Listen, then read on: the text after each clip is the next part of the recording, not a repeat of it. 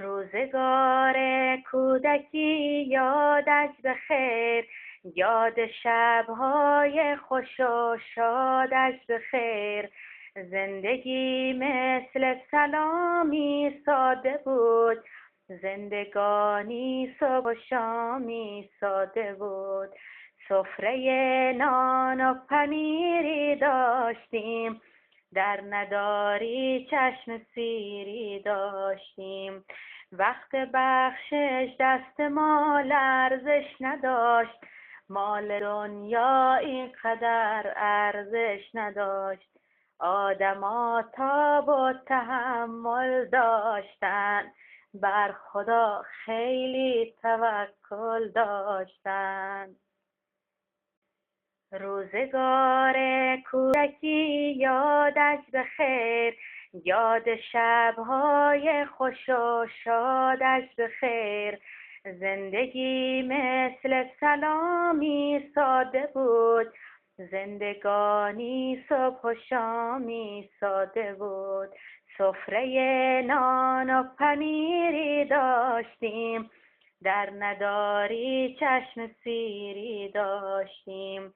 وقت بخشش دست ما لرزش نداشت، مال دنیا اینقدر ارزش نداشت. آدما تاب و تحمل داشتن، بر خدا خیلی توکل داشتن.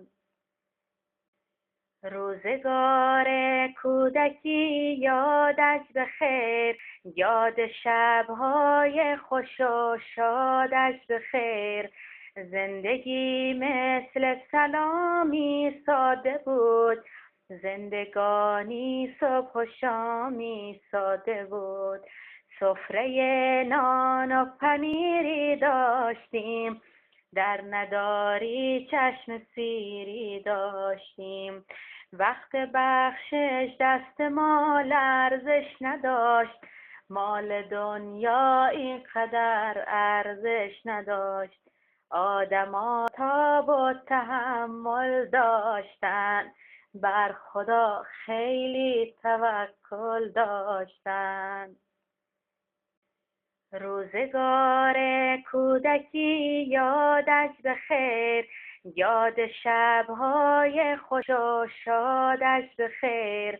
زندگی مثل سلامی ساده بود، زندگانی صبح و شامی ساده بود. سفره نان و پنیری داشتیم، در نداری چشم